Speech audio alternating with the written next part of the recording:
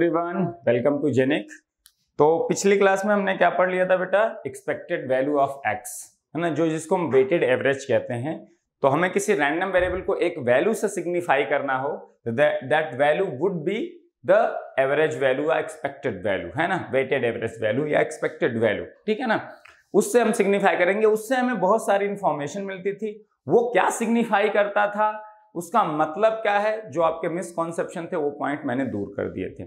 अब आगे हम बढ़ते हैं। हमें जब एक्सपेक्टेड वैल्यू यक्स या वेटेड एवरेज से हमें बहुत सारी इंफॉर्मेशन हमने जान ली किसके बारे में, अबाउट द रैंडम वेरिएबल, तो हमें फिर वेरिएंस की जरूरत क्यों पड़ी। हमने एक फार्मूला पढ़ा, variance of a random variable. Why we need this variance of a random variable, क्यों हमें जरूरत पड़ी वेरिएंस की, variance of a random variable की हमें क्यों जरूरत पड़ी, ठीक है। तो variance of a random variable, इसके बारे में भी समझेंगे। इसका फार्मूला डिस्क्रीट और कॉन्टिन्यूअस के लिए पढ़ेंगे। फिर इस लेक्चर का अगला मोटिव है एक्सपेक्टेड वैल्यू ऑफ एक्स के। हमने एक बेसिक फार्मूला पढ़ा था, वो डिफरेंट टाइप के रैंडम वेरिएबल्स के लिए एक्सपेक्टेड वैल्यू का जो जनरल फार्मूला ए एक्स प्लस बी के लिए क्या होगा, ए एक्स के लिए क्या होगा, उसका जनरल फार्मूला को हम डिराइव करेंगे। वेरिएंस के भी कुछ जनरल फार्मूलाज को हम डिराइव करेंगे। उसके बारे में कुछ चीजें हम सीखने की कोशिश करेंगे, ठीक है ना। तो उन सारे फार्मूलों को मैं रिलेट कर दूंगा, कैसे आ रहा है क्या नहीं आ रहा है, ठीक है ना।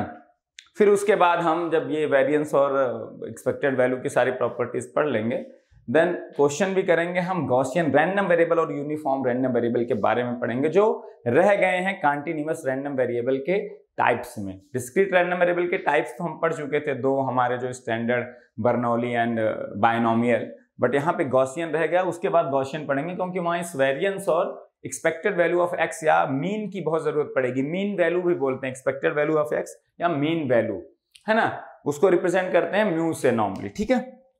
तो अब देखो क्या पढ़ना, वेरिएंस। हम फिर से वो एग्जांपल लेते हैं क्लास ए क्लास बी का, जो हमने किया था किसमें, एक्सपेक्टेड वैल्यू ऑफ एक्स में। यहां पे कितने स्टूडेंट है बेटा, 50 स्टूडेंट थे। यहां भी हमने कैलकुलेट किया था एवरेज मार्क्स पर student for this class, and also we have calculated the average marks पर student for this class B, compare करने के लिए। और हमने क्या देखा था, अगर एवरेज मार्क्स इस क्लास की ज्यादा आ जाती है क्लास बी से, तो हम कहेंगे क्लास ए ने कंपैरेटिवली ज्यादा बेटर परफॉर्म किया compare to class B. Class B के एवरेज मार्क्स पर स्टूडेंट ज्यादा आ गए क्लास ए से, तो हम कह सकते हैं कि क्लास बी ने ओवरऑल ज्यादा अच्छा परफॉर्म किया कंपेयर टू क्लास ए। और जो एवरेज मार्क्स था इस क्लास की परफॉर्मेंस के बारे में भी बता रहा है। अगर average marks on higher side है तो यहाँ पे ज्यादातर लोगों ने अच्छा परफॉर्म किया। Average marks is on lower side तो ज्यादातर लोगों ने बेकार परफॉर्म किया। एवरेज मार्क्स मॉडरेट है तो लोगों ने मॉडरेटली परफॉर्म किया, हम कह सकते हैं। यहाँ पे वही सेम चीज है, एवरेज मार्क्स अच्छा है, बुरा है, मॉडरेट है, उससे हमें कुछ इंफॉर्मेशन मिल रही थी।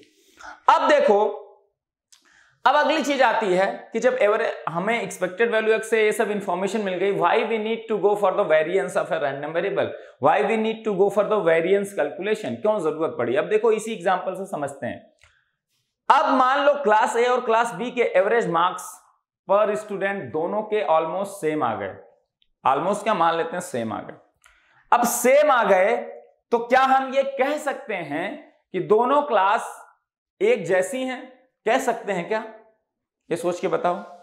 एवरेज मार्क्स दोनों क्लास की सेम आ गई तो हम ये तो कह सकते हैं कि overall performance of class A and overall performance of class B is same, almost same. But can we say that कि दोनों क्लास एक जैसी हैं, दोनों क्लास में एक जैसे स्टूडेंट हैं, हम ये कह सकते हैं क्या, नहीं कह सकते। हम गारंटी के साथ नहीं बोल सकते। देखो क्या पॉसिबिलिटीज हो सकती हैं। अब सोचो ध्यान से, हमें वेरिएंस की क्या जरूरत पड़ी, अभी इसी समझ में आएगा। अब यहां पे हो सकता है एवरेज मार्क्स, मान लो दोनों क्लास की 20 मार्क्स का पेपर था, एवरेज मार्क्स दोनों क्लास की 12 थी, मान लेते हैं दोनों क्लास की जो एवरेज मार्क्स थी वो 12 ही थी, 12 एंड 12 मार्क्स, ठीक है।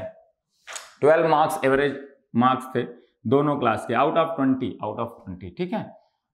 तो हम इससे ये गारंटी के साथ नहीं कह सकते कि दोनों क्लास एक जैसी हैं, दोनों क्लास का बिहेवियर ऑलमोस्ट सेम है। ओवरऑल परफॉर्मेंस हम कह सकते हैं सेम है, but we can not conclude guaranteed that both class are of same type. देखो क्या हो सकता है पॉसिबिलिटी जब सोचते हैं, यहां पे 12 मार्क्स एवरेज मार्क्स है।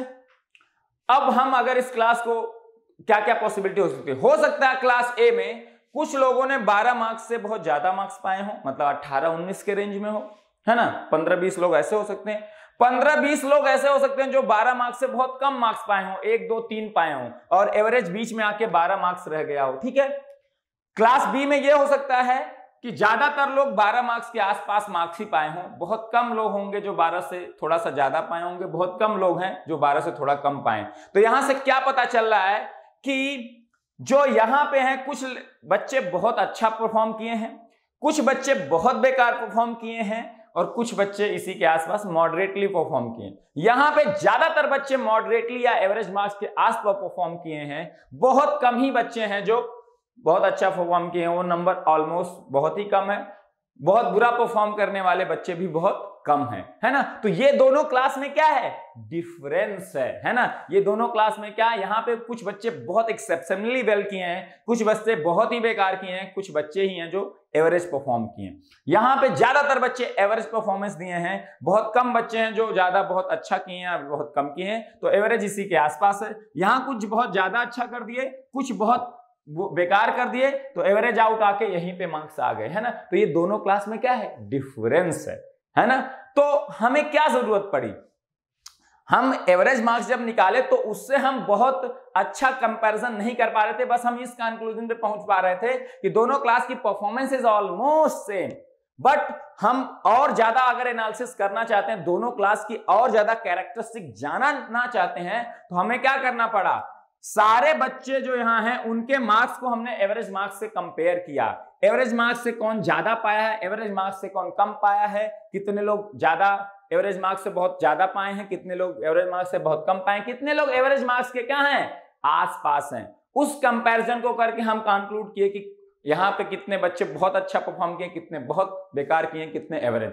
वही चीज हमने यहां पे की। तो हम क्या कर रहे हैं, हम जितने बच्चे हैं उनके मार्क्स को कंपेयर कर रहे हैं, उसका वेरिएशन निकाल रहे हैं विद रिस्पेक्ट टू क्या, एवरेज मार्क्स, और उससे हमें बहुत सारी इंफॉर्मेशन फिर और मिल रही है। हम क्या निकाल रहे हैं, variation of the every student marks with respect to what, average marks. यहां भी हमने वही किया, variation of the marks of the students, every student with respect to average marks, इसी को हम वेरिएंस कह रहे हैं। अब देखो लेटस से एक ने पाया 12 मार्क्स, मैं अभी 3 स्टूडेंट कंसीडर करता हूं, हमें स्क्वायर की क्यों, अब हम वेरिएंस को निकालने के लिए हम करेंगे क्या, वेरिएंस हमें अगर निकालना है तो ये देखो 12 मार्क्स मान लो एवरेज मार्क्स है, और आपके पास 3 ही स्टूडेंट हैं। मान लो एक ने पाया 12 मार्क्स, 1 स्टूडेंट, एक पाया है कितना आपका 14 मार्क्स, और एक पाया है 10 मार्क्स, तो एवरेज इन तीनों का कितना होगा, 12 मार्क्स हो जाएगा। एक एवरेज मार्क्स के बराबर पाया, एक एवरेज मार्क्स से ज्यादा पाया, एक एवरेज मार्क्स से कम। अब देखो इसका वेरिएशन कितना है एवरेज मार्क्स से, 10 वाले मार्क्स का -2, 12 वाले का वेरिएशन खुद के साथ एवरेज मार्क्स के साथ कितना है, 0 है, और 14 वाले का एवरेज मार्क्स के रिस्पेक्ट में वेरिएशन कितना है, +2 है। तो ओवरऑल एवरेज वेरिएशन कितना है अगर वो मैं मेजर करूं, क्योंकि आप भाई कुछ लोग ज्यादा पाए हैं, कुछ लोग कम पाए हैं, कुछ लोग, तो जो वेरिएशन है उसको भी आप एवरेज आउट कर रहे हो कि मीन के अबाउट वेरिएशन ज्यादा है कि कम है, उससे देखो क्या इंफॉर्मेशन मिलेगी, ध्यान से देखना। अब देखो यहां पे जब हम वेरिएशन निकाल रहे हैं तो एक का +2 है, एक का -2, एक का 0 है, तो हम इसको भी क्या करते हैं, एवरेज आउट करते हैं। तो एक का वेरिएशन -2, एक का +2 है ना, डिवाइडेड बाई 3, तो ये वेरिएशन 0 आ गया। हमने एज इट इज जो डिफरेंस था हर स्टूडेंट के मार्क्स का variation with respect to mean marks, हमें पता था, हम उस वेरिएशन का ओवरऑल एवरेज वेरिएशन निकाले, किसी में वेरिएशन ज्यादा, किसी में कम, 12 में वेरिएशन 0, एक स्टूडेंट के मार्क्स में वेरिएशन 0 है, एक में +2 है, एक में -2 है, इसी तरह बहुत सारे स्टूडेंट होते तो किसी में +4 का वेरिएशन होता, किसी में -3 का, किसी में -8 का, किसी में +8 का, किसी में +6 का। तो हम उस वेरिएशन को ओवरऑल एवरेज आउट करके कह रहे हैं कि ओवरऑल वेरिएशन कितना है, ऑन एन एवरेज वेरिएशन कितना है, हम ये मेजर करना चाह रहे हैं ना। तो हमने क्या किया, डायरेक्टली एवरेज आउट कर दिया। तो क्या आया वेरिएशन 0। ये क्या बता रहा है, मीन वैल्यू के अबाउट कोई वेरिएशन ही नहीं है। ऐसा है क्या, नहीं भाई, ऐसा नहीं है। एक का वेरिएशन है 14 मार्क्स जिसने पाया वो तो मीन से 2 नंबर ज्यादा पाया, एक ने 10 पाया वो मीन से 2 नंबर कम पाया, एक ने मीन के बराबर मार्क्स पाए हैं तो उसका वेरिएशन 0 है। तो क्या वेरिएशन 0 है? नहीं भाई, ये तो बता रहा है कि एवरेज वेरिएशन 0 है, मतलब कुछ वेरिएशन है ही नहीं। वेरिएशन क्या आ गया? एवरेज आउट वेरिएशन हमने किया एवरेज, तो इसने क्या बता दिया कि ये 0 हो गया, मतलब कुछ वेरिएशन है ही नहीं, ये बता रहा है। जबकि ऐसा है क्या? नहीं भाई, वेरिएशन तो है, कुछ लोग कम पाए हैं, कुछ लोग ज्यादा पाए हैं, तो वेरिएशन तो है मीन वैल्यू के अबाउट, एवरेज वैल्यू के अबाउट। जो बाकी लोगों के मार्क्स हैं उनमें वेरिएशन है, ऐसा नहीं कि उसमें वेरिएशन नहीं है। जबकि अगर हम डायरेक्टली एवरेज आउट कर दे रहे हैं वेरिएशन को तो वो क्या आ जा रहा है? 0। तो इसीलिए जब वेरिएंस निकालते हैं तो हम क्या किए, यहां -2 का वेरिएशन है, यहां +2 का, यहां 0। अगर हम सारे वेरिएशंस को स्क्वायर लेके ऐड करें तो सब प्लस प्लस के साथ ऐड होंगे और फिर सबका इफेक्टिव वेरिएशन का एवरेज आउट होगा। अभी तक क्या हो रहा था? इसका वेरिएशन और इसका वेरिएशन एक दूसरे को कैंसिल कर रहे थे, तो लग रहा था कि कुछ वेरिएशन है ही नहीं। अगर मैं इसके वेरिएशन को भी स्क्वायर कर दूं, जो इसका डेविएशन है, इस वेरिएशन को भी स्क्वायर कर दूं, तो अब चाहे वो मीन वैल्यू से कम हो या मीन वैल्यू से ज्यादा, अगर दोनों के स्क्वायर के वेरिएशन के स्क्वायर को मैं ऐड करूंगा, जो जितना डिफरेंस है उसके स्क्वायर को अगर ऐड करूंगा, तो इसके करस्पॉन्डिंग वाला भी डिफरेंस जुड़ेगा, इसके करस्पॉन्डिंग वाला भी डिफरेंस जुड़ेगा, तब मुझे एवरेज आउट पता चलेगा कि वेरिएशन ओवरऑल कितना है, ऑन एन एवरेज कितना वेरिएशन है। अगर मैं इसको कैसे निकालता?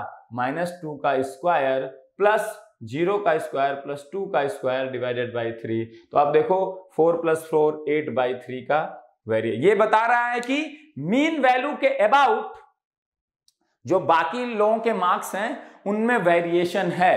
कुछ लोगों के मार्क्स ज्यादा होंगे, कुछ लोगों के कम होंगे, ऑब्वियस सी बात है। तो वेरिएशन आपका क्या है? कुछ है।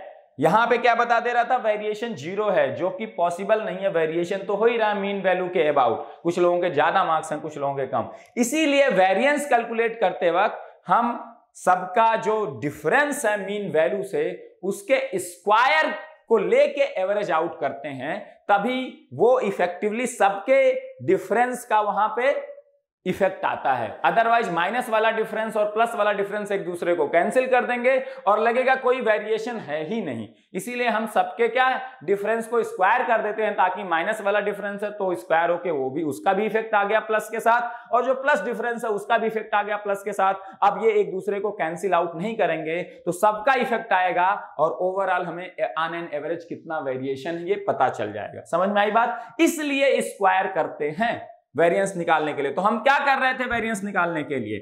हम ये कर रहे हैं जो आपकी मीन वैल्यू है। क्या वैल्यू है? मीन वैल्यू है ना। तो हम किसका निकाल रहे हैं? एवरेज। सारे बच्चों के मार्क्स का मीन वैल्यू से क्या डिफरेंस है उसका स्क्वायर करके उसको एवरेज आउट निकाल दे रहे हैं। और एवरेज लेना किसी चीज का, वो क्या होता है रैंडम वेरिएबल में? एक्सपेक्टेड वैल्यू निकाल देना उस चीज की। किसी भी चीज की अगर एवरेज आपको निकालनी है रैंडम वेरिएबल के केस में, तो मुझे उसका क्या ले लेना रहता है? मुझे उसका एक्सपेक्टेड वैल्यू ले लेना रहता है, वेटेड एवरेज निकालना रहता है। क्योंकि यहां वेटेड एवरेज, एक्सपेक्टेड वैल्यू किसी भी चीज की, expected value of x square, ये जो एक्स वैल्यूज ले रहा है उसके स्क्वायर का वेटेड एवरेज है। Expected value of Y square, Y random variable जो जो वैल्यूज ले रहा है उनके स्क्वायर का वेटेड एवरेज क्या है? Expected value of Y square, है ना। तो एक्सपेक्टेड वैल्यू मतलब जो अंदर चीज है उसका वेटेड एवरेज अगर मैं निकाल दूं, उसी को मैं किससे लिखता हूं? एक्सपेक्टेड वैल्यू से लिखता हूं हमेशा। तो यहां पे वेरिएंस क्या हो गया एक तरह से? तो वेरिएंस क्या बता रहा है आपको? वेरिएंस ये बता रहा है कि मीन के अबाउट बाकी सैंपल वैल्यूज कैसे डिस्ट्रीब्यूटेड हैं। क्यों? अब देखो ध्यान से, एक चीज और समझा देता हूं फिर फार्मूला लिखाता हूं। अब एक चीज ध्यान से समझना, अगर यहां पे जो एवरेज मार्क्स 12 था और बहुत सारे लोगों ने एवरेज मार्क्स से बहुत ज्यादा मार्क्स पाए थे, बहुत सारे लोगों ने एवरेज मार्क्स से बहुत कम मार्क्स पाए थे, 1 या 2, है ना, और ओवरऑल एवरेज 12 आया था। तो अब देखो यहां पे वेरिएशन कितना आएगा, वेरिएंस कितना आएगा? बहुत सारे लोगों ने 12 से बहुत ज्यादा मार्क्स पाए थे तो ये डिफरेंस बहुत ज्यादा है, इसका स्क्वायर भी बहुत ज्यादा आएगा, है ना। और बहुत सारे स्टूडेंट ऐसे हैं तो उस स्क्वायर को बार बार सम करोगे तो समेशन भी बहुत ज्यादा आएगा। ये वाला डिफरेंस भी बहुत ज्यादा है, देखो ध्यान से, बहुत लोगों ने बहुत कम मार्क्स पाए हैं इससे, मीन मार्क्स से, तो ये डिफरेंस भी निगेटिव में बहुत ज्यादा है और उसका स्क्वायर करोगे तो क्या आएगा, एक ज्यादा पॉजिटिव वैल्यू आएगी। और जब यहां पे ये डिफरेंस बहुत ज्यादा है, ये डिफरेंस बहुत ज्यादा है, तो इनके स्क्वायर को जब ऐड करोगे तो वो एडिशन बहुत ज्यादा आएगा। तो जब उसको एवरेज आउट करोगे, एवरेज आउट तो 50 स्टूडेंट पे ही करोगे, तो जो आएगा वेरिएंस यहां पे, वो वेरिएंस क्या आएगा, ज्यादा आएगा कि नहीं। सिंपल सी बात। यहां हमने क्या कहा था, ज्यादातर स्टूडेंट इसी के आसपास मार्क पाए हैं, बहुत ज्यादा वेरिएशन नहीं है। ज्यादातर स्टूडेंट, हो सकता है 20-25 स्टूडेंट 13 मार्क्स के आसपास हो, 20-25 11 मार्क्स के आसपास, और एवरेज 12 हो। अब देखो यहां पे जो 13 - 12, ये डिफरेंस बहुत स्मॉल है यहां के कंपेयर में, ये डिफरेंस भी बहुत स्मॉल है, तो इसका स्क्वायर करोगे डिफरेंस का क्या आएगा, एक स्मॉल वैल्यू। इसका स्क्वायर करोगे तो क्या आएगा, एक स्मॉल वैल्यू। उसको ऐड करके एवरेज आउट तो 50 स्टूडेंट पे ही करोगे तो क्या आएगा, जो वेरिएंस की वैल्यू है कम आएगी। तो यहां वेरिएंस की वैल्यू क्या आएगी, कम आएगी। वेरिएंस की वैल्यू कम आके बता रही है कि ज्यादातर स्टूडेंट के मार्क्स मीन मार्क्स के आसपास हैं। ज्यादातर लोगों की वैल्यूज क्या हैं, मीन मार्क्स के आसपास हैं ज्यादातर, इसीलिए वेरिएंस कम है। Variation about the mean value is very small. यहां वेरिएंस हाई आया, ये क्या बता रहा है कि variation of the student marks about the mean marks is very high. मतलब बहुत लोग, हाई का क्या मतलब, हाई का ये मतलब नहीं कि मीन मार्क्स से सब लोग ज्यादा, ये वेरिएशन हाई आके बता रहा है, वेरिएंस हाई आके बता रहा है कि मीन के अबाउट जो बाकी स्टूडेंट के मार्क्स हैं वो बहुत ज्यादा डिस्ट्रीब्यूटेड हैं, दूर दूर हैं। कुछ स्टूडेंट के मार्क्स हाई हैं बहुत मीन मार्क्स से, कुछ स्टूडेंट के मार्क्स बहुत कम हैं मीन मार्क्स से, लेकिन दूर हैं। देखो यहां पे ये डिफरेंस और ये डिफरेंस दूर दूर है ना। तो वेरिएशन है मीन वैल्यू के अबाउट बाकी वैल्यूज का, कुछ बहुत दूर हैं राइट साइड में, मतलब हायर साइड में, और कुछ बहुत दूर हैं लेफ्ट साइड में, है ना। तो मीन वैल्यू के अबाउट बाकी लोगों के मार्क्स बहुत डिस्ट्रीब्यूटेड हैं, दूर दूर हैं, है ना। कुछ के बहुत ज्यादा हैं, कुछ के बहुत कम है, और मीन बीच में। यहां पे क्या है, वेरिएंस कम आके बता रहा है ज्यादातर लोगों के मार्क्स मीन वैल्यू के आसपास ही हैं। कुछ लोगों के मीन से थोड़े से ज्यादा, कुछ लोगों के मीन से थोड़े कम, और एवरेज वही आ गया, है ना। तो वेरिएंस कम या ज्यादा ये बताता है कि बाकी सैंपल वैल्यूज मीन वैल्यू के अबाउट कितना ज्यादा डिस्ट्रीब्यूटेड है। अगर ज्यादातर सैंपल दूर दूर हैं आपके मीन से तो वेरिएंस ज्यादा आएगा। अगर ज्यादातर सैंपल वैल्यूज मीन वैल्यू के पास हैं तो आपका वेरिएंस क्या आएगा, कम आएगा। वेरिएंस क्या आएगा, कम आएगा। सिंपल सी बात है, ठीक है ना। जैसे मैं अगर यही एग्जांपल लूं, एवरेज मार्क्स 12 था, है ना। मैं 3 स्टूडेंट ले लेता हूं, समझाने के लिए बहुत इजी हो जाएगा। मैं एक मान लेता हूं 18 यहां पे, और 12 6 18, और -6 कर दो तो 6। इन तीनों का एवरेज क्या आएगा, 12 ही आएगा।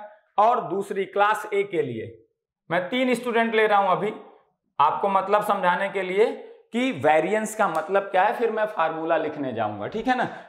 तो ये क्या इंफॉर्मेशन बता रहा है आपको ध्यान से समझ में आना चाहिए।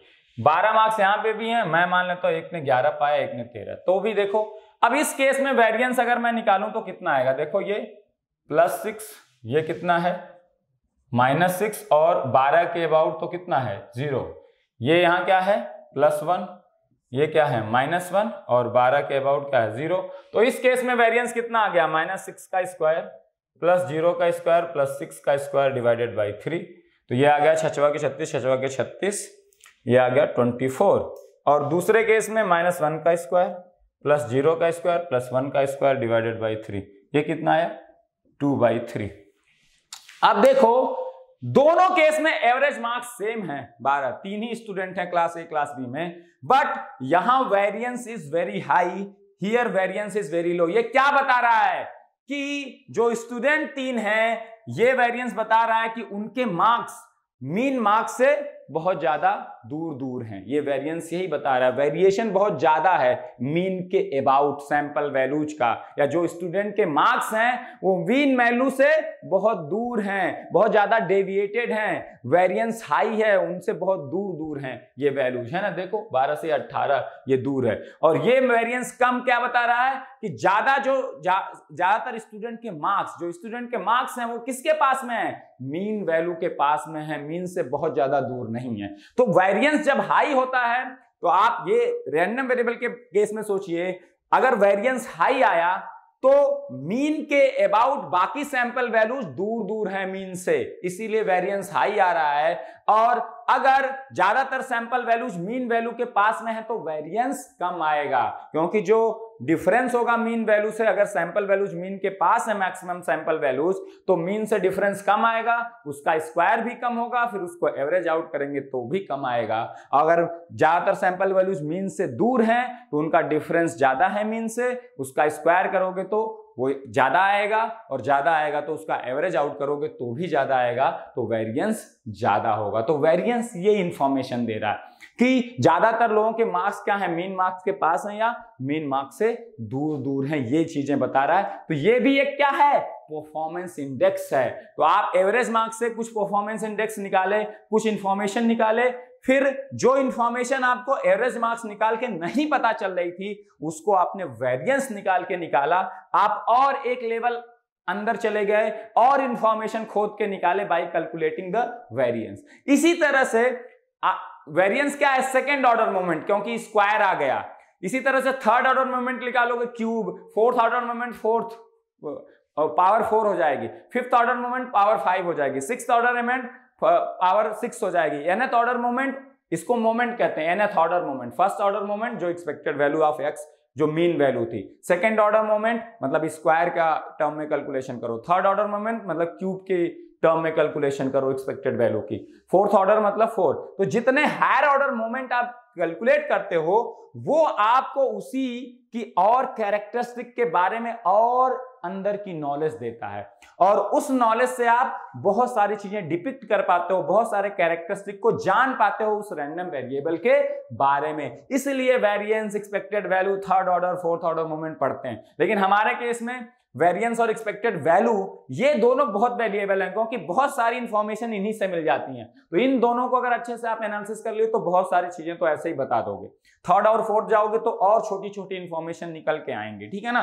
तो हमें ज्यादातर एक्सपेक्टेड वैल्यू ऑफ एक्स मतलब मीन निकालना पता करना है, और variance of a random variable. तो हम कैसे निकाल रहे हैं, वेरिएंस भी क्या है, जो वेरिएशन है डिफरेंट स्टूडेंट के मार्क्स का अबाउट एवरेज मार्क्स, उसको हम एवरेज आउट कर दे रहे हैं। किसी के मार्क्स प्लस साइड में, किसी के माइनस साइड में, तो सबके जो मार्क्स का वेरिएशन है अबाउट मीन, उन सबको हम क्या कर दे रहे हैं, उसका एवरेज ले ले रहे हैं। तो एवरेज वेरिएशन कितना है अबाउट मीन मार्क्स, हम एवरेज निकाल रहे हैं। तो हम एक सिंगल वैल्यू के टर्म में कैलकुलेशन कर दें।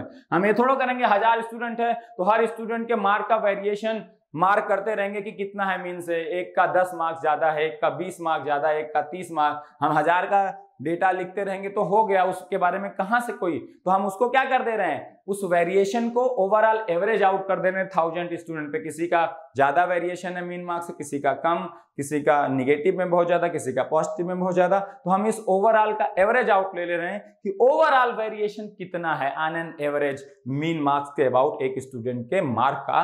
तो हम उससे बहुत सारी इंफॉर्मेशन पता कर ले रहे हैं ना। तो एक सिंगल वैल्यू के टर्म में हम कैलकुलेशन क्या कर दे रहे हैं, कर दे रहे हैं। तो हम पहले डिस्क्रीट रैंडम वेरिएबल की वेरिएंस की बात करेंगे। First, for a discrete random variable क्या होती है, सिंपली कुछ नहीं होता है, यहां पे एवरेज आउट करना है। तो एवरेज आउट किसी चीज का एवरेज वैल्यू या वेटेड एवरेज हो जाता है रैंडम वेरिएबल के केस में। उसको किससे लिखते हैं, एक्सपेक्टेड वैल्यू।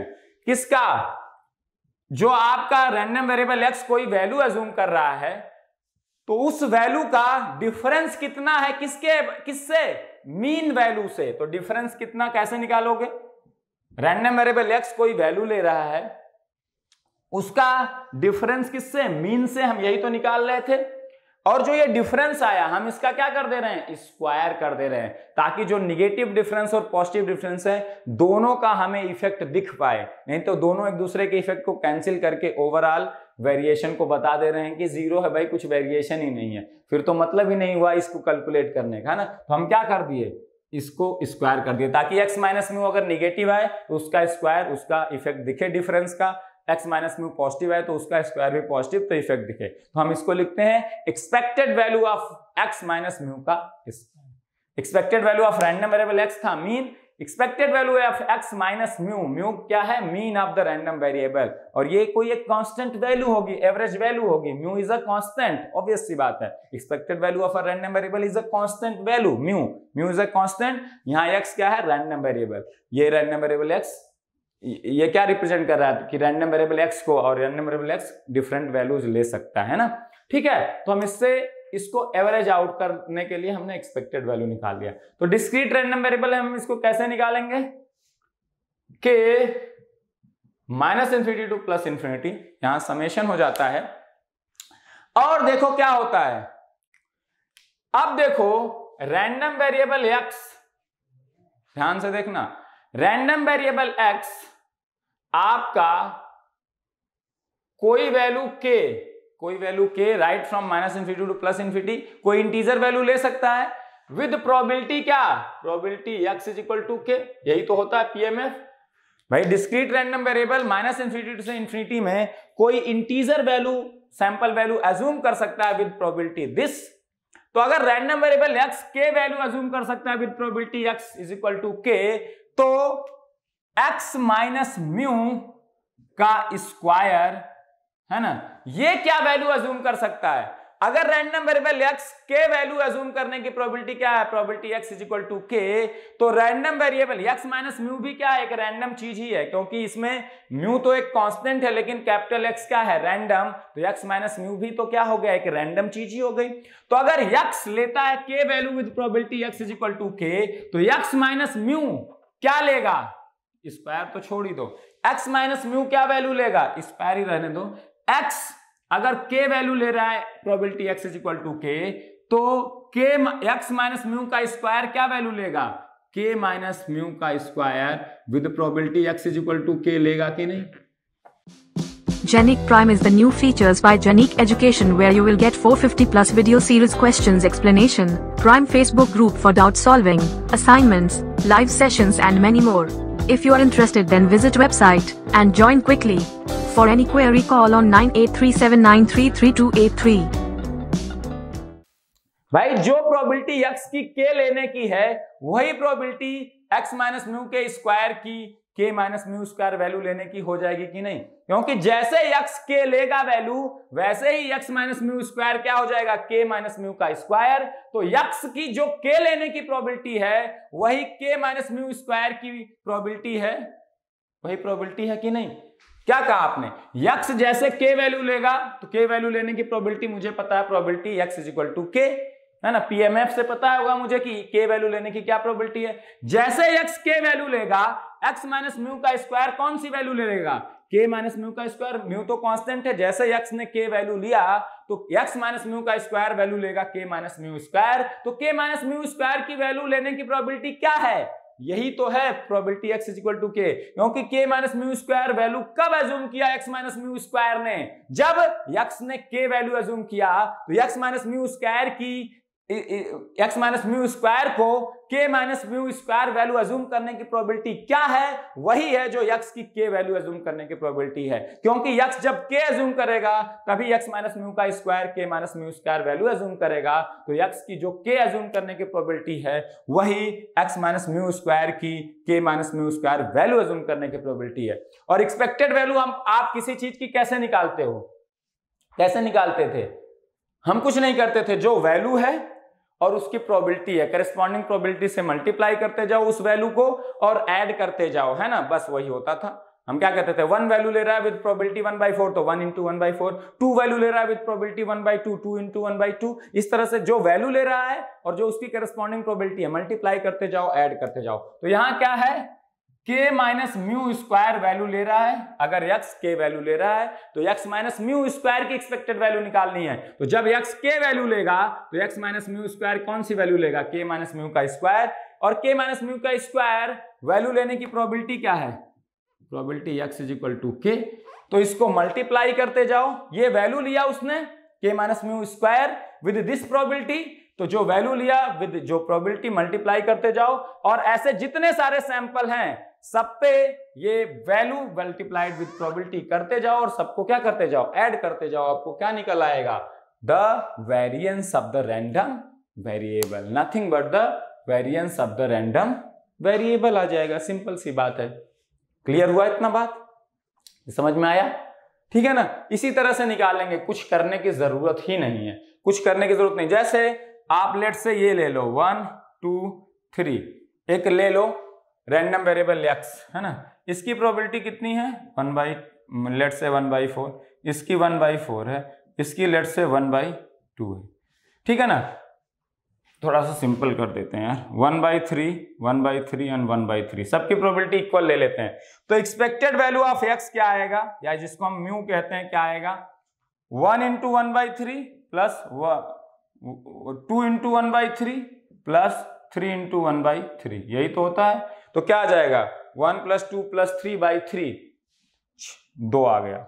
अब हमें निकालना है वेरिएंस ऑफ x, इस तरह से लिखते हैं कई बारी, variance of random variable x is equal to, तो वेरिएंस ऑफ x कैसे लिखना है बेटा, कुछ नहीं करना है, जो जो वैल्यूज सैंपल वैल्यूज अज्यूम करी है रैंडम वेरिएबल ने, क्योंकि जो सैंपल वैल्यूज अज्यूम नहीं करी है उनकी प्रोबेबिलिटी तो क्या होगी 0, तो ये स्क्वायर वाला टर्म तो नॉन जीरो आएगा उन वैल्यूज के लिए, लेकिन ये प्रोबेबिलिटी वाला फैक्टर क्या आएगा 0, तो ये प्रोडक्ट क्या आएगा 0, और 0 का समेशन कितनी भी बार करो क्या आएगा 0। तो जो सैंपल वैल्यूज रैंडम वेरिएबल ने अज्यूम नहीं करी है उनके लिए k - म्यू का square into probability x = k हमेशा 0 आएगा, और उन सैंपल वैल्यूज के लिए ये समेशन क्या आएगा 0।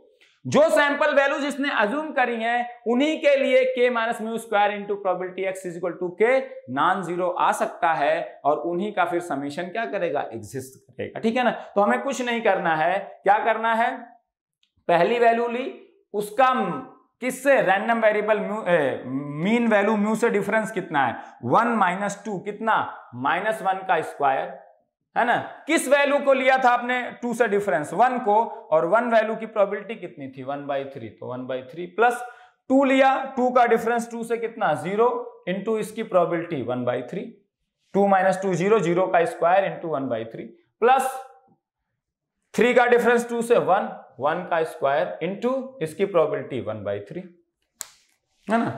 जो वैल्यू लिया आपने प्रोबेबिलिटी x = k, जो वैल्यू आपने लिया x, क्या लिया आपने 1, तो उसकी प्रोबेबिलिटी 1/3, 1 - 2 का स्क्वायर, यही तो करना है। फिर वैल्यू ली 2, तो x = 2 की प्रोबेबिलिटी कितनी होगी 1/3 इंटू 2 - 2 का स्क्वायर, 0 का स्क्वायर। फिर लिया आपने वैल्यू t, प्रोबेबिलिटी x = 3, क्या हो गया 1/3 इंटू 3 - 2 का स्क्वायर, 1 का स्क्वायर। सिंपली कुछ करते हैं नहीं है, यहां आ गया 1/3 प्लस यहां आ गया 0 प्लस यहां आ गया 1/3, तो ये क्या आ गया variance of this random variable is nothing but 2/3 and expected value या mean of this random variable is nothing but 2, simply आ गया। ठीक है ना।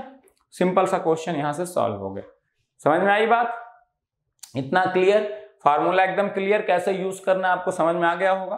तो जो जो सैंपल वैल्यूज हैं पहले तो मीन आपको निकालना पड़ेगा, फिर जो सैंपल वैल्यूज हैं उसका मीन से डिफरेंस लो हर सैंपल वैल्यू का, उसका स्क्वायर करो और उस सैंपल वैल्यू की जो प्रोबेबिलिटी है उससे मल्टीप्लाई कर दो। इसी तरह से ऐड करते जाओ, सबको इस डिफरेंस को स्क्वायर करो और प्रोबेबिलिटी से करस्पॉन्डिंग मल्टीप्लाई करते जाओ और ऐड करते जाओ, जो वैल्यू आ जाएगी वही variance of the random variable x आ जाएगी। समझ में इतनी बात आई, समझ में आ गई मेरी बात इतनी, ठीक है, क्लियर। अब ध्यान से देखना, ठीक है। अब अगर मैं इसको क्या करना चाहूं, थोड़ा सा अगर मुझे ब्रेक करना हो, इसको मैं ब्रेक कर सकता हूं क्या? बहुत लोग हो सकता है सोचें ब्रेक हो सकता है कि नहीं। k -∞ to ∞, k square plus mu square -2k into mu, मैं इसको लिख सकता हूं, इंटू प्रोबेबिलिटी x = k, ठीक है। अब देखो ध्यान से, इसको मैं समेशन को ब्रेक कर देता हूं, k from -∞ to ∞, k square probability x = k, ठीक है ना, ठीक है, plus k from -∞ to ∞, mu square probability x = k, ठीक है, minus 2k mu probability x = k, यही तो हो गया। अब इसको ध्यान से देखो, इसको मैं ब्रेक करने जा रहा हूं। देखो ये क्या लिखा हुआ है, ये एक तरह से क्या लिखा हुआ है, यक्स अगर के वैल्यू लेता है उसका square into probability x is equal to के, तो इसको मैं ये लिख सकता हूं expected value of x square लिखा हुआ है कि नहीं, ध्यान से सोचो।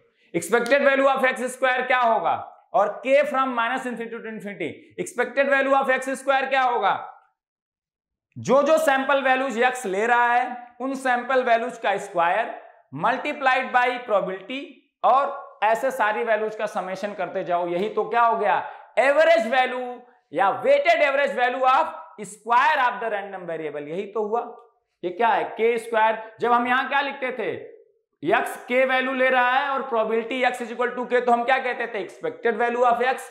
यहां क्या है, यक्स के स्क्वायर वैल्यू ले रहा है या यक्स स्क्वायर, यक्स के वैल्यू ले रहा है तो के स्क्वायर कौन है, यक्स स्क्वायर क्या लेगा, के स्क्वायर वैल्यू लेगा, probability of x is equal to के, तो ये एक्सपेक्टेड वैल्यू ऑफ क्या लिखा हुआ है, यक्स स्क्वायर लिखा हुआ है कि नहीं। जब यक्स के वैल्यू लेता था into probability x is equal to के, तो कहते थे एक्सपेक्टेड वैल्यू ऑफ, इन सबका समेशन अगर हम कर दे तो एक्सपेक्टेड वैल्यू ऑफ एक्स होता था।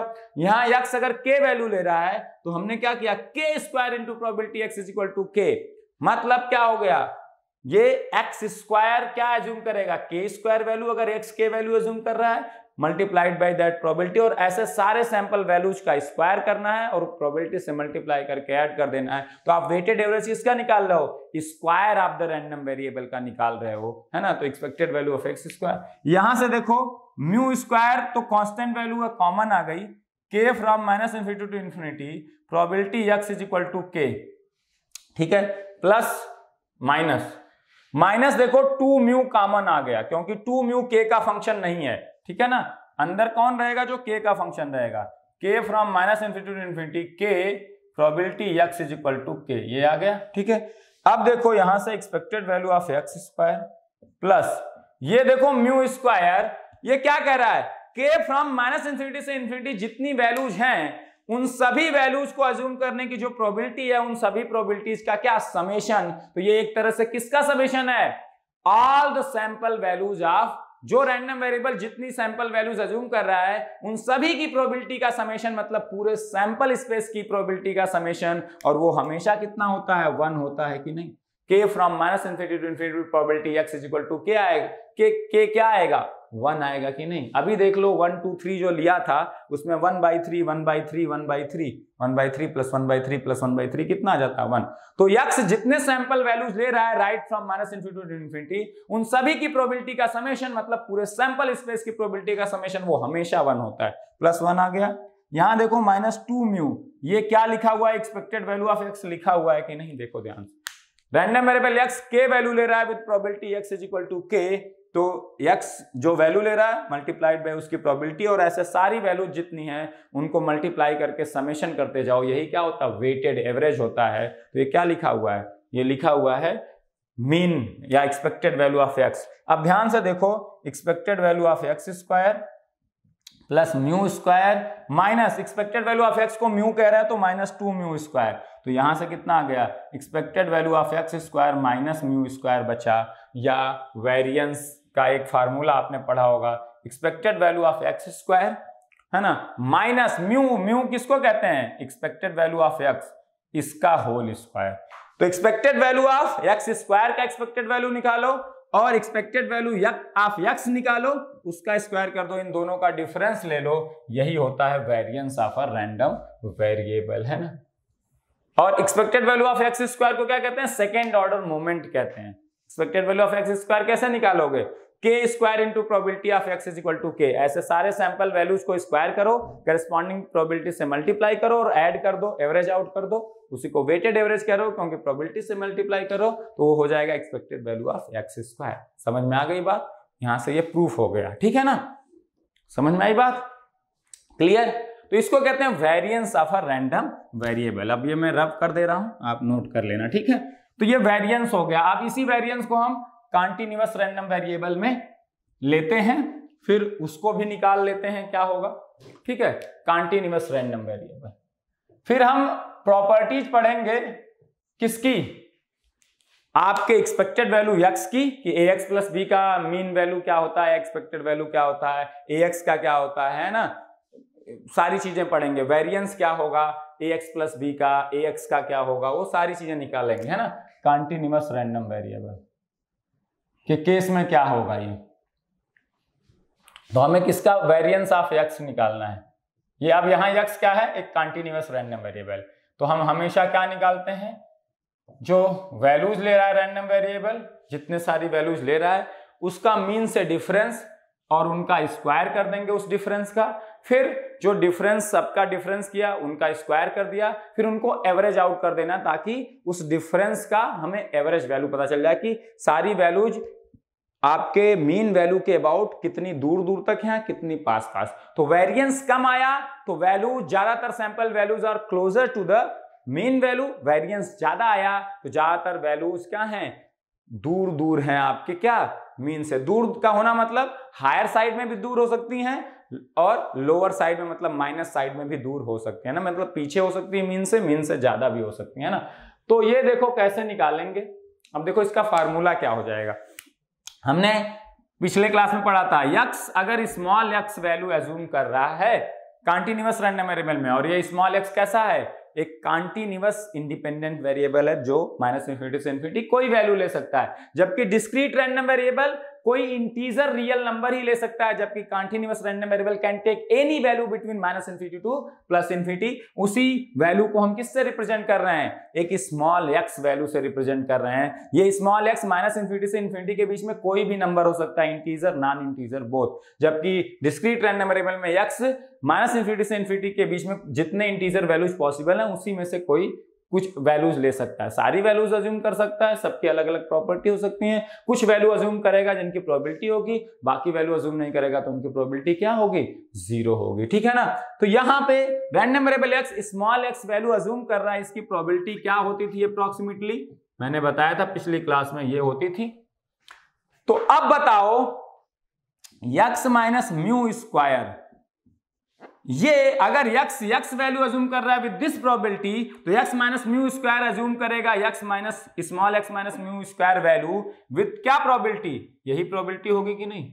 जितनी प्रोबेबिलिटी x की x अज्यूम करने की होगी वही probability x minus mu square की x small x minus mu square assume करने की होगी, क्योंकि जैसे random variable x small x value assume करेगा तो अज्यूम करेगा विद दिस प्रोबेबिलिटी, वैसे ही x minus mu square assume कर लेगा x माइनस म्यू का स्क्वायर वैल्यू। तो जितनी प्रोबेबिलिटी थी रैंडम वेरिएबल x की x अज्यूम करने की, उतनी ही प्रोबेबिलिटी है x माइनस म्यू स्क्वायर के small x minus mu square value assume करने की। और हम कैसे निकालते हैं इस चीज को, जो डिफरेंस आया उसका स्क्वायर, उस डिफरेंस का क्या करस्पॉन्डिंग प्रोबेबिलिटी, यही तो कहते हैं। जो सैंपल वैल्यू है उसका हम निकालते थे मीन वैल्यू से डिफरेंस, उसका स्क्वायर कर देते थे, और उस सैंपल की जो प्रोबेबिलिटी होती थी x, वही उस सैंपल की जो प्रोबेबिलिटी होती थी करस्पॉन्डिंग प्रोबेबिलिटी से मल्टीप्लाई कर देते थे। और करस्पॉन्डिंग प्रोबेबिलिटी से मल्टीप्लाई करना मतलब वेटेड एवरेज ले रहा हो, और सबको क्या कर देते थे, सम जितने ऐसे सैंपल हैं राइट फ्रॉम कहां से कहां तक, -∞ से +∞। लेकिन जो यहाँ स्मॉल x है वो कंटीन्यूअस वेरिएबल है, कंटीन्यूअस वेरिएबल है तो ये समीशन किस में ब्रेक हो जाएगा, इंटीग्रेशन में। तो ये आपने फार्मूला पढ़ा होगा, variance of a random variable, variance of a random variable का फार्मूला है ना। इसको भी अगर आप ब्रेक करोगे तो वही फार्मूला आ जाएगा, ये वाला फार्मूला। इसको अगर आप प्रूफ करना चाहते हो तो कर सकते हो, -∞ to infinity x square plus mu square minus 2x mu into f(x) x dx। तो इसको देखो ब्रेक हो गया, -∞ to infinity x square f(x) x dx plus mu square constant है तो बाहर -∞ to infinity f(x) x dx है ना, माइनस 2 म्यू बाहर आ जाएगा, x -∞ to infinity f(x) x dx, यही तो आ जाएगा। ये क्या हो गया, expected value of x square हो गया कि नहीं, क्योंकि expected value of x square का क्या मतलब, रैंडम वेरिएबल जो वैल्यूज ले रहा है उनका स्क्वायर करो और उनका वेटेड एवरेज निकाल दो। रैंडम वेरिएबल x का एवरेज निकालना मतलब x जो वैल्यूज अज्यूम कर रहा है उनका वेटेड एवरेज निकालना। रैंडम वेरिएबल का x स्क्वायर का वेटेड एवरेज निकालने का क्या मतलब, expected value of x square, या expected value of x square का क्या मतलब, रैंडम वेरिएबल जो वैल्यूज ले रहा है उनके जो स्क्वायर हैं उनका वेटेड एवरेज निकाल दो, है ना। तो अगर x वैल्यू ले रहा है विद प्रोबेबिलिटी दिस, तो x स्क्वायर क्या लेगा, x स्क्वायर लेगा वैल्यू विद प्रोबेबिलिटी दिस, लेगा कि नहीं भाई। x अगर x वैल्यू एज्यूम कर लिया स्मॉल x, तो x स्क्वायर क्या वैल्यू एज्यूम कर लिया, स्मॉल x स्क्वायर कर लिया ना। अगर x ने वैल्यू 2 वैल्यू एज्यूम किया, तो x स्क्वायर ने क्या वैल्यू एज्यूम कर लिया 4, और x की जो 2 वैल्यू एज्यूम करने की प्रोबेबिलिटी है वही तो x स्क्वायर की क्या है 4 एज्यूम करने की, क्योंकि जैसे ही x 2 एज्यूम करेगा विद सम प्रोबेबिलिटी, वैसे ही x स्क्वायर 4 एज्यूम कर लेगा विद सेम प्रोबेबिलिटी, क्योंकि जब x 2 आएगा तभी x स्क्वायर 4 आ सकता है। तो x 2 की जो प्रोबेबिलिटी है वही x स्क्वायर की 4 की x स्क्वायर की प्रोबेबिलिटी है। तो हम क्या करते हैं वेटेड एवरेज निकालने के लिए, तो expected value of x square क्या हो जाएगा, x स्क्वायर कौन सी वैल्यूज ले रहा है, x स्क्वायर ले रहा है किस प्रोबेबिलिटी के साथ, fx dx प्रोबेबिलिटी के साथ।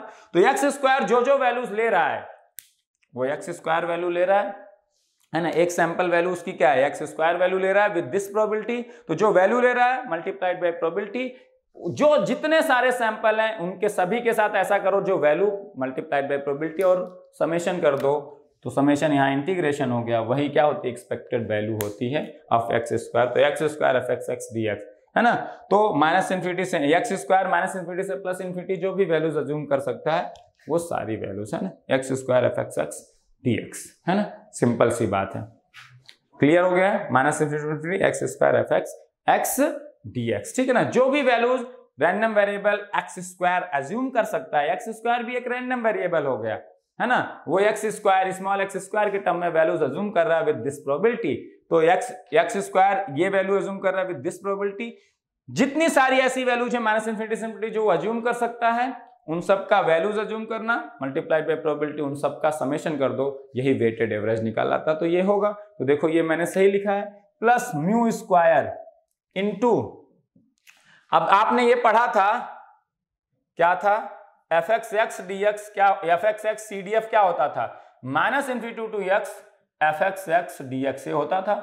पीडीएफ का integration between limit minus infinity to x is nothing but cdf, और आपको पता है small x tending to infinity पे fx क्या हो जाता है 1 हो जाता है कि नहीं। cdf की वैल्यू जब small x tending to infinity होता था है ना, जब रियल एक्सिस पे या हॉरिजॉन्टल एक्सिस पे small x tending to infinity जाता था, तो cdf की वैल्यू 1 को टेंड करेगी, गारंटी है। तो अब यहाँ पे x राइट साइड में भी रख दो, माइनस x की वैल्यू इन्फिनिटी fx dx। तो देखो माइनस इन्फिनिटी से इन्फिनिटी के बीच में total area under curve PDF is nothing but equal to 1 होती है। Total area under curve PDF is nothing but equal to 1। Minus infinity से इन्फिनिटी के बीच में fxx क्या है, PDF fxx dx, y dx आप कर रहे हो। Total area under curve PDF is nothing but 1 between the limits minus infinity to infinity, वही चीज तो यहाँ आया, minus infinity to infinity fxx dx, total area कर 1 आ गया, प्लस माइनस 2 म्यू, ये क्या लिखा हुआ है x into fxx dx minus infinity to infinity, ये expected value of random variable x लिखी हुई है कि नहीं। अब यहां से ध्यान से देखो, ये expected value of x square plus mu square minus 2 mu into expected value of x को भी म्यू लिखोगे 2 म्यू स्क्वायर, और ये ब्रेक हो गया, expected value of x square minus mu square, और म्यू को क्या लिखते हो एक्सपेक्टेड वैल्यू ऑफ x उसका स्क्वायर, फिर से वही फार्मूला आ गया यही वाला, यहाँ पे भी वही सेम फार्मूला रहेगा, कुछ नहीं, expected value of x square minus expected value of x का क्या स्क्वायर, है ना। तो कहां से कौन सी चीजें आ रही हैं उसके डेप्थ में जाओ, जो ये चीजें मैं बता रहा हूं ना, कैसे वो प्रोबेबिलिटी असाइन हो रहा है, x की x असाइन करने की प्रोबेबिलिटी मुझे पता है, तो x माइनस म्यू स्क्वायर की small x minus mu square value assign होने की प्रोबेबिलिटी क्या है, और ये जो एक्सपेक्टेड वैल्यू आपको किसका निकालना है, x माइनस म्यू के स्क्वायर का, तो ये जो वैल्यूज ले रहा है जिस प्रोबेबिलिटी के साथ ले रहा है उन दोनों का प्रोडक्ट करके आप समेशन कर दो माइनस इन्फिनिटी से इन्फिनिटी के बीच में, या वही समेशन इंटीग्रेशन हो गया तो एक्सपेक्टेड वैल्यू इसकी आ जाएगी। सिंपल सा फॉर्मूला है, कोई दिक्कत ही नहीं है। इसी ये जो मैं बेसिक्स आपको बता रहा हूं इसी से रिलेट करके मैं जब ज्वाइंट रैंडम वेरिएबल और ये सब चीजें आएंगी उसको एकदम सिंप्लीफाई कर दूंगा, ठीक है ना। तो अब ये फार्मूला हो गया वेरिएंस का आपको निकालने का, एक्स स्क्वायर की एक्सपेक्टेड वैल्यू निकाल लो, है ना, और माइनस मीन निकाल लो उसका स्क्वायर, तो expected value of x square minus expected value of x का स्क्वायर, ये कर दो, आपको variance of a random variable मिल जाएगा। और expected value of x square निकालना है तो कुछ नहीं करना भाई, small x square f x x d x कर दो, सिंपली माइनस इन्फिनिटी से इन्फिनिटी, कोई दिक्कत ही नहीं है ना। और वहां पे क्या कर देते, k square probability x is equal to k minus infinity to plus infinity, है ना। अगर आपको क्या निकालना है, expected value of x square निकालना, कुछ नहीं करना, यही करना है। तो वेरिएंस क्लियर हो गया। अब वेरिएंस के बारे में एक दो पॉइंट लिख लो, फिर इस लेक्चर को क्लोज करते हैं। वेरिएंस, तो वेरिएंस भी बहुत सारी इंफॉर्मेशन आपको लेके आता है। तो अब वेरिएंस भी क्लियर हो गया आपको, उसमें रिलेशन कैसे ड्रॉ कर रहे हैं वो भी मैंने आपको क्लियर कर दिया। नेक्स्ट लेक्चर में मीन और वेरिएंस ax प्लस बी का, ax का वो कैसे निकालते हैं, उसको कैसे याद रखना वो समझाऊंगा। वेरिएंस ax का कितना होगा, ax प्लस बी का वेरिएंस कितना होगा, वो सारी चीजें इतनी सिंप्लीफाई कर दूंगा, आपको बहुत ज्यादा इंटरेस्टिंग और बहुत ज्यादा सिंपल लगेगा। रट्टा मारने की जरूरत नहीं, वेरिएंस इसका आएगा तो ये 0 हो जाता है, ये कैसे आ रहा है वो पहले जान लो, फिर वो फॉर्मूले बहुत सिंपल हैं, फिर आप कभी फंसोगे नहीं, ठीक है ना। तो अगले लेक्चर में मीन और वेरिएंस के जो प्रॉपर्टीज हैं उसके बारे में बात करेंगे, and then will move to the Gaussian random variable and uniform random variable, और सबसे पहले गॉसियन रैंडम वेरिएबल पढ़ेंगे, ठीक है ना। तो ये वेरिएंस का सिग्निफिकेंस आपको आई थिंक अब समझ में आ गया होगा। लिखिए वेरिएंस ज्यादा या कम का मतलब क्या है, सारी चीजें बताऊंगा, ठीक है। तो लिखिए वेरिएंस के बारे में, ये सब तो फार्मूला आ गया। लिखिए क्या है variance, what is the variance of a random variable, what it signifies actually. आपसे इंटरव्यू में पूछा जा सकता है, कम्युनिकेशन से रिलेटेड इंटरव्यू में जाओगे तो, कम्युनिकेशन आप ब्रांच ऑप्ट कर रहे हो तो telecommunication for higher studies, PhD और काइंड ऑफ एमटेक और एमएस फ्रॉम एससी बेंगलोर, तो आपसे ये सब चीजें पूछी जा सकती हैं बहुत अच्छे से। लिखिए what is variance and what does it signifies. Variance of a random variable signifies, variance of a random variable signifies, variance of a random variable signifies, variance of a random variable signifies, variance of a random variable signifies that the sample values of random variable, the sample values of random variable signifies that how, पहले how लगा दे, how the sample values, how the variance of a random variable signifies that how the sample values of random variable, how the sample values of random variable are distributed about the mean value, about the average value या mean value, about the mean value, about the mean value। तो variance क्या signify कर रहा है कि बाकी जो sample values हैं, हमने सबका एक एवरेज आउट वैल्यू निकाल लिया मीन, बाकी जो सैंपल वैल्यूज हैं, जितनी सारी सैंपल वैल्यूज हैं, मीन के अबाउट कैसे डिस्ट्रीब्यूटेड है वो वेरिएंस बता रहा है। वेरिएंस इज लेस मतलब ज्यादातर वैल्यूज मीन के आसपास हैं। इफ वेरिएंस इज हाई, ज्यादातर वैल्यूज वेरिएंस से दूर दूर हैं, वेरिएंस तभी हाई आएगा। वेरिएंस कब हाई आएगा, सोचो ना, एक्स माइनस म्यू की वैल्यू जितनी ज्यादा होगी, मतलब एक्स आपका रैंडम वेरिएबल एक्स का कोई सैंपल है ना, स्मॉल एक्स सैंपल हमने लिया था ना, स्मॉल एक्स जो सैंपल है वो म्यू से जितना दूर होगा, ये एक्स माइनस म्यू डिफरेंस उतना ज्यादा होगा, स्क्वायर उतना ज्यादा होगा, फिर एवरेज आउट करोगे तो ऑब्वियसली वो क्या आएगा, ज्यादा आएगा। और एवरेज आउट करोगे जब ज्यादा आएगा तो ऑब्वियस सी बात है वेरिएशन क्या है, ज्यादा, वो जो सैंपल वैल्यूज है दूर दूर डिस्ट्रीब्यूटेड है। जब पास पास डिस्ट्रीब्यूटेड होंगे ये डिफरेंस कम आएगा, इसका स्क्वायर भी फिर कम ही आएगा, और जब इसको एवरेज आउट करोगे तो वो भी ओवरऑल कम आएगा। समझ में आ रही बात, ठीक है ना। तो लिखो signifies how the sample values of random variable are distributed about the mean, full stop. दूसरा पॉइंट लिखिए, if variance is high, if variance of a random variable is high, then it signifies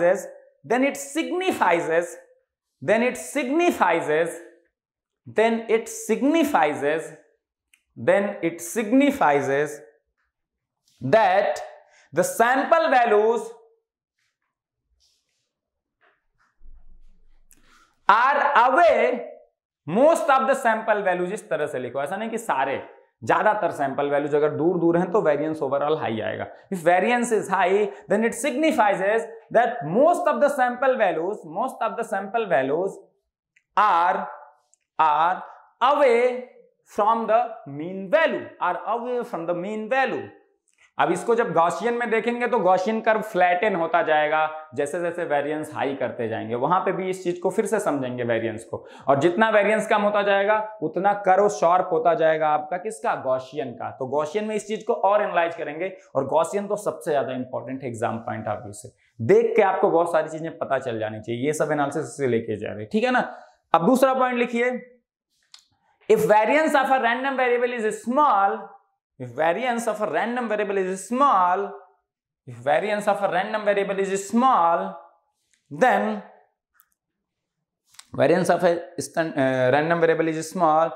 it signifies that most of the sample values, ऐसा नहीं कि सारे, कुछ हो सकता है थोड़ा दूर हो, कुछ थोड़ा सा लेफ्ट में दूर हो, कुछ थोड़ा राइट में दूर हो, लेकिन ज्यादातर पास होंगे, तभी ओवरऑल वेरिएंस कम हो सकता है। Most of the sample values signifies that most of the sample values are very close to the mean value, ठीक है ना। अब एक चीज और मुझे जल्दी से बता दो, फिर इस लेक्चर को क्लोज करते हैं। वेरिएंस कभी निगेटिव हो सकता है क्या, बता दो भाई। मैथमेटिक्स सबने पढ़ी हुई है, थोड़ा बहुत मैथमेटिक्स तुम भी लगाओ ना। कभी हो सकता है क्या variance could be a negative thing? Variance इसको सिग्मा स्क्वायर से भी रिप्रेजेंट करते हैं, है ना। मैं लिख देता हूं नोटेशंस, कुछ लोग नहीं तो इसको कई बार सिग्मा स्क्वायर से भी रिप्रेजेंट करते हैं। It could be never a negative thing, क्यों? देखो स्मॉल x माइनस म्यू का स्क्वायर, x कोई रियल वैल्यू है, म्यू कोई कांस्टेंट, ये भी एक कोई रियल वैल्यू है, तो x माइनस म्यू तो निगेटिव पॉजिटिव कुछ भी हो सकता है, लेकिन x माइनस म्यू का स्क्वायर हमेशा क्या आएगा, पॉजिटिव। और fxx क्या होता है, fxx PDF, ये तो हमेशा कैसी वैल्यू होती है, पॉजिटिव वैल्यू ही होती है। आप मैंने बताया था PDF at any point x will always be greater than or equal to 0। PDF curve किसी x पॉइंट पे निगेटिव हो ही नहीं सकता। PDF इज ऑलवेज fxx की value at any given x will always be positive. तो ये पॉजिटिव और ये पॉजिटिव, तो ये प्रोडक्ट हो गया पॉजिटिव। पॉजिटिव चीज को कितनी भी बार ऐड कर दो, -∞ से ∞ तक, पॉजिटिव चीज को कितनी बार भी ऐड कर दो, ओवरऑल समेशन क्या आएगा, पॉजिटिव आएगा। ये पॉजिटिव ही आना है। और देखो यहां पे क्या किया था तुमने, k square probability x is equal to k। अब प्रोबेबिलिटी किसी चीज की निगेटिव तो नहीं हो सकती, पॉजिटिव होगी हमेशा या 0 होगी।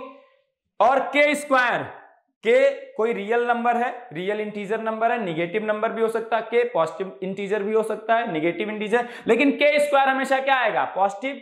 तो ये पॉजिटिव इंटू ये पॉजिटिव या 0, तो ये प्रोडक्ट पॉजिटिव या 0 ही आना है। और ऐसे जितने हैं पॉजिटिव प्लस 0 0 0, ओवरऑल तो समेशन क्या आना है, पॉजिटिव ही आना है आपका। या इसको देख लो, k स्क्वायर को किया आपने, k माइनस म्यू का स्क्वायर था ना। अब देखो म्यू तो कोई रियल नंबर होगा, निगेटिव या पॉजिटिव, k कोई पॉजिटिव इंटीजर या निगेटिव इंटीजर वैल्यू हो सकती है। तो k minus mu could be a real number, negative number या पॉजिटिव, और k माइनस म्यू आपका इंटीजर नॉन इंटीजर कुछ भी हो सकता है, क्योंकि एवरेज या म्यू वैल्यू या mean value of a discrete random variable could be a integer number and could be a fraction number, कुछ भी हो सकता है। हमने निकाल के देखा था कल, 2.5 भी आ सकता है, 11/6 भी आ सकता है, हमने पिछली क्लास में देखा था। तो k तो इंटीजर है, म्यू नॉन इंटीजर कुछ भी हो सकता है। तो ये डिफरेंस नॉन इंटीजर या इंटीजर दोनों हो सकता है, and it could be negative, it could be positive. But k minus mu का square, k minus mu negative है पॉजिटिव है, उसका स्क्वायर तो पॉजिटिव, ये हमेशा पॉजिटिव आना है। और probability x is equal to k, या तो 0 आना है या तो पॉजिटिव, तो ये प्रोडक्ट या तो पॉजिटिव आना है या तो 0 आना है। और ऐसे पॉजिटिव या 0 चीज को कई बार -∞ से ∞ कितनी बार भी ऐड कर दो, पॉजिटिव प्लस 0 प्लस पॉजिटिव हमेशा क्या आएगा, ओवरऑल पॉजिटिव ही आएगा, क्योंकि ये पॉजिटिव आना है इसको या 0 आना है। तो पॉजिटिव प्लस 0 चीज को कितनी बार भी ऐड करो तो पॉजिटिव ही आना है, ठीक है ना। वही चीज यहाँ भी है, x माइनस म्यू स्क्वायर हमेशा पॉजिटिव, fxx हमेशा पॉजिटिव, और पॉजिटिव इंटू पॉजिटिव, उसी का x एक्सिस के साथ जितना एरिया है, इसको अगर पूरे को क्या मान लो, y, ये y dx लिखा हुआ है कि नहीं, -∞ to ∞, ये लिखा हुआ है y dx, जहां पे x माइनस म्यू का स्क्वायर इंटू fxx क्या है आपका y। तो तो ये एरिया अंडर कर्व है विद एक्स एक्सिस। ये एक्स एक्सिस, अगर मैं कहूं ये वाई कोई कर्व है, ये वाई एक्सिस है, वाई है, और ये एक्स एक्सिस है, तो वाई डीएक्स क्या होता है, area of this curve with respect to क्या, एक्स एक्सिस। एक्स एक्सिस और इस कर्व के बीच में जो जितना एरिया वही तो है। अब ये y अगर हमेशा पॉजिटिव है तो ये x एक्सिस के क्या आएगा, हमेशा ऊपर, और उसका x एक्सिस के साथ एरिया फिर हमेशा क्या आएगा, ये एरिया देखो, इस कर्व का एरिया हमेशा पॉजिटिव आएगा। अगर यही कर्व ऐसा होता, लेट्स से, तो आप देखो इसका पॉजिटिव निगेटिव कुछ भी हो सकता है। जो ये पोर्शन है, मान लो ये पोर्शन, ये निगेटिव एरिया देता, ये y है, ये x एक्सिस, ये वाला पोर्शन जो x एक्सिस के ऊपर है पॉजिटिव एरिया देता, और ये वाला पोर्शन क्या देता, निगेटिव एरिया। तो ओवरऑल एरिया y dx कितना एरिया चाहिए, right from minus infinity to infinity, minus infinity से प्लस इन्फिनिटी जितना एरिया है टोटल एरिया चाहिए। तो यहाँ निगेटिव एरिया कुछ पॉजिटिव कुछ निगेटिव, तो total summation negative plus positive plus negative क्या आ सकता था, निगेटिव हो सकता था टोटल एरिया। लेकिन आपको यहां पता है ये y कैसा है, यहां पे देखो y निगेटिव भी हुआ था, y निगेटिव भी था, कुछ जगह पॉजिटिव था। तो जहां y पॉजिटिव था y dx क्या आया, पॉजिटिव एरिया आया। जहां y निगेटिव था वहां y dx क्या आया, निगेटिव एरिया आया। जहां y निगेटिव था वहां y dx क्या आया, निगेटिव एरिया। लेकिन आपके केस में ये y हमेशा कैसा है, पॉजिटिव, तो y dx क्या आएगा, एरिया अंडर करो y dx where y is always positive for any value of x minus infinity total area क्या आएगा, हमेशा पॉजिटिव ही आएगा। y हमेशा y पॉजिटिव है, मतलब x एक्सिस के ऊपर है, तो y dx एरिया अंडर कर y with respect to x will always भी क्या, पॉजिटिव आएगा। देखो ये हमेशा ऊपर ही रहेगी वैल्यू, तो यहाँ वाला एरिया, यहाँ वाला, कहीं भी एरिया निकालोगे हर एरिया पॉजिटिव है, क्योंकि y क्या है, x एक्सिस के ऊपर है, तो एरिया पॉजिटिव है। तो जितना पॉजिटिव पॉजिटिव पॉजिटिव पॉजिटिव ही हमेशा एरिया हर जगह है, तो टोटल समेशन टोटल एरिया क्या आएगा, माइनस इन्फिनिटी से इन्फिनिटी निकालने का क्या मतलब, टोटल एरिया, तो टोटल एरिया हमेशा क्या आएगा, पॉजिटिव चीज आएगी। अब अगर ये टोटल चीज पॉजिटिव आ रही है हमेशा, तो वेरिएंस क्या आ रहा है, पॉजिटिव ही आएगा। This sigma square will always be positive. तो ये पॉइंट लिख लो, variance of a random variable will always be a positive number. वो पॉजिटिव नंबर इंटीजर हो सकता है, फ्रैक्शन हो सकता है। तो variance of a random variable, चाहे वो डिस्क्रीट रैंडम वेरिएबल हो चाहे continuous random variable, will always be a positive number. ठीक है, अगली चीज, standard deviation of a random variable. Standard deviation क्या होता है, standard deviation is nothing but under root variance, है ना, अंडर रूट वेरिएंस होता है। और अंडर रूट वेरिएंस कैसी चीज है, एक पॉजिटिव चीज है, उसका स्क्वायर रूट लोगे, पॉजिटिव नंबर का स्क्वायर रूट हमेशा एक पॉजिटिव नंबर होता है। बेटा ध्यान रखना, बहुत लोग इस चीज में कंफ्यूज करते हैं। Standard deviation will always be a positive number because it is the square root of variance of random variable, and variance is always a positive number, and square root of a positive number is always a positive number. ये ध्यान रखना, क्योंकि देखो बहुत लोग इसी में confuse होते हैं। अंडर रूट 4 की वैल्यू +2 ही होती है बेटा, क्योंकि अंडर रूट 4 को तुम ये दो तरह से लिख सकते हो, -2 इंटू -2 और 2 इंटू 2। 4 को भाई आप कैसे लिख सकते हो, -2 into -2 is also 4 and 2 into 2। लेकिन याद रखो अंडर रूट अगर मैं कहूं ए स्क्वायर, जहां ए एक रियल नंबर है, ए स्क्वायर ऑब्वियसली एक पॉजिटिव आ जाएगा, is always a mod of A, क्योंकि ए स्क्वायर को आप दो तरीके से लिख सकते हैं। आप कैसे लिख सकते हैं, -a इंटू -a, है ना, तो आप -a का स्क्वायर लिख सकते हैं, a इंटू a, दोनों चीजें लिख सकते हैं, आप लिख सकते हैं। तो -a लिखेंगे तब भी ये आएगा मॉड ऑफ -a, पॉजिटिव ही आएगा। a इंटू a लिखेंगे तब भी ये क्या आएगा, मॉड ऑफ a, पॉजिटिव ही आएगा। Square root function can never give you a negative value. Square root of a real number, real positive number, square root अगर एक पॉजिटिव नंबर का ले रहे हो, will always give you a positive number. Under root 4 is always 2। अगर -2 into 2 लिख रहे हो तो आउटपुट आएगा मॉड ऑफ दिस नंबर, जिसका आपने स्क्वायर लिखा है। तो ये हमेशा होता है, अगर आप x स्क्वायर का अंडर रूट ले रहे हो तो ये मॉड ऑफ x आता है। अब इसको आप -2 का 4 को मैं क्या लिख सकता हूं, अंडर रूट -2 का स्क्वायर, तो ये आउटपुट में माइनस ऑफ मॉड 2। अगर मैं अंडर रूट इसको 2 का स्क्वायर लिखूंगा तो ये मॉड ऑफ 2। तो mod of 2 is always 2, mod of -2 is always 2। तो देखो ये -2 का स्क्वायर भी 4 है, 2 का स्क्वायर भी 4 है, तो उसको कहा है -2 का स्क्वायर लिखो 4 को, चाहे 2 का स्क्वायर, दोनों केस में स्क्वायर रूट की वैल्यू क्या आएगी, 2 ही आएगी, है ना।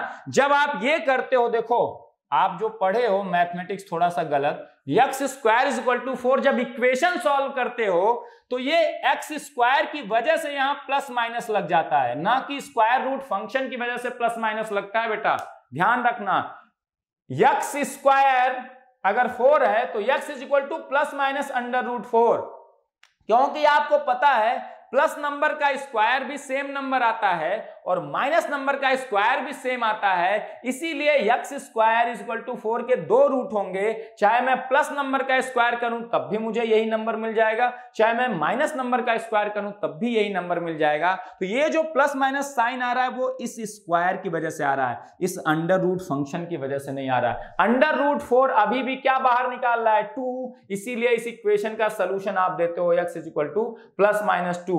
लेकिन आप क्या रट लेते हो बाय डिफॉल्ट कि x is equal to under root 4 और अंडर रूट 4 प्लस माइनस 2 दे रहा है। ये सबसे बड़ी गलती आप करते हो। Under root 4 is still giving you the 2 value output में। ये प्लस माइनस साइन है क्योंकि x square is equal to 4 है, तो मुझे पता है किसी पॉजिटिव नंबर का स्क्वायर भी वही चीज आती है जो माइनस। तो यहां 2 पॉसिबिलिटीज हैं, x प्लस अंडर रूट 4 हो या x माइनस अंडर रूट 4 हो। प्लस अंडर रूट 4 का स्क्वायर भी 4 आएगा, माइनस अंडर रूट 4 का स्क्वायर भी क्या आएगा, 4 आएगा, क्योंकि माइनस का स्क्वायर भी प्लस आता है, प्लस का स्क्वायर भी प्लस आता है, उतना है ना। प्लस 1 का स्क्वायर प्लस 2 का स्क्वायर भी वही आएगा जो माइनस 2 का स्क्वायर आएगा। तो ये प्लस माइनस 2 इसलिए आता है। ये प्लस माइनस साइन किस वजह से है, इस स्क्वायर की वजह से, x पे जो स्क्वायर लगा है, ना कि अंडर रूट 4 प्लस माइनस 2 दे रहा है। ये समझ में आ रही बात। यही सबसे बड़ा गलत आप पढ़ते हो। स्क्वायर रूट फंक्शन पहली बात डिफाइन है किसके लिए, स्क्वायर रूट। जब आप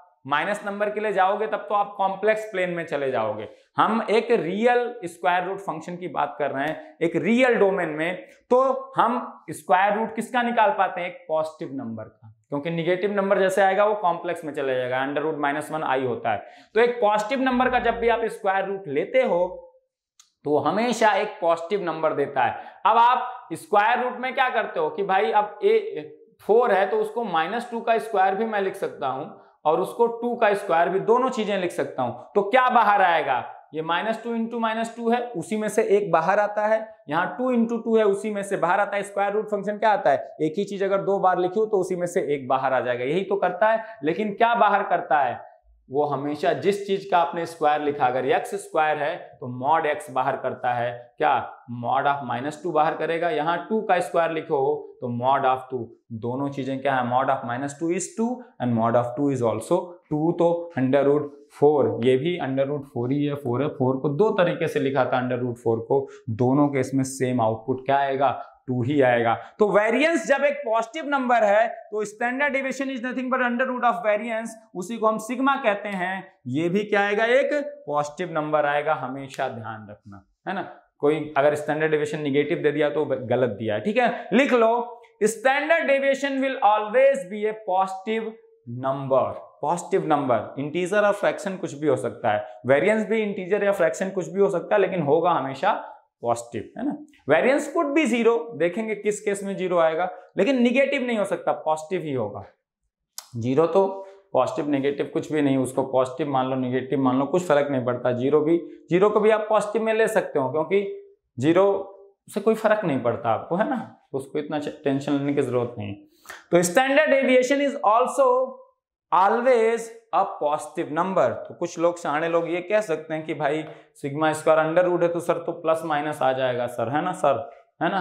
तो आपने पहले मैथ्स थोड़ी सी ठीक कर लीजिए तो आपको ये सब चीजें गलतियां नहीं होंगी, है ना। तो under root x square, square root function हमेशा देता है मॉड ऑफ एक्स बाहर। अंडर रूट एक्स स्क्वायर लिखा हो तो किसी एक्स का अगर स्क्वायर आपने लिखा है तो मॉड ऑफ एक्स बाहर देगा। अगर आपने -2 का स्क्वायर लिखा है तो मॉड ऑफ -2 बाहर देगा। 2 का स्क्वायर लिखा है तो मॉड ऑफ 2 बाहर देगा हमेशा। इसलिए हमेशा output of a square root function mod जब आ गया, mod value could never be a negative thing, हमेशा पॉजिटिव थिंग आएगी। तो हमेशा पॉजिटिव नंबर का अगर आप एक स्क्वायर रूट फंक्शन ले रहे हो तो एक पॉजिटिव नंबर ही बाहर आएगा। तो standard deviation will always be a positive number, ठीक है। तो अब इस लेक्चर को मैं यहाँ क्लोज करता हूँ। आई होप वेरिएंस और इन सब चीजों के बारे में मैंने थोड़ा सा आपको इनपुट दिया। बेसिक्स आप अपनी स्ट्रॉन्ग करिए।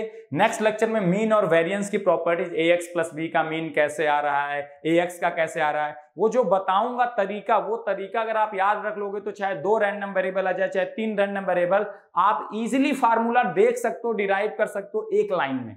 10 सेकंड 20 सेकंड लगेगा। आपको रट्टा मारने की जरूरत नहीं, जो 2 रैंडम और 3 रैंडम में लोग रटवा देते हैं कि देखो ये होता है, ये होता है, ऐसे यूज करना। आप याद भी कर लेते हो, अगर उसको भूल भी गए तो आप इजीली उसको रिमेंबर रख सकते हो। एकदम सिंपल तरीके से लॉजिकल कैसे फार्मूला आता है, एक्सपेक्टेड वैल्यू होता क्या है, उसका फार्मूला हम लिखते कैसे हैं, उस लिखने को आपने सीख लिया तो किसी का भी लिख सकते हो, ठीक है ना। तो नेक्स्ट में वही डिस्कशन करेंगे और उस डिस्कशन के बाद शुरू होगा आपका Gaussian random variable, the most favourite topic of GATE exam and uniform random variable, ठीक है। तो मिलते हैं फिर नेक्स्ट लेक्चर में। Okay, thank you very much.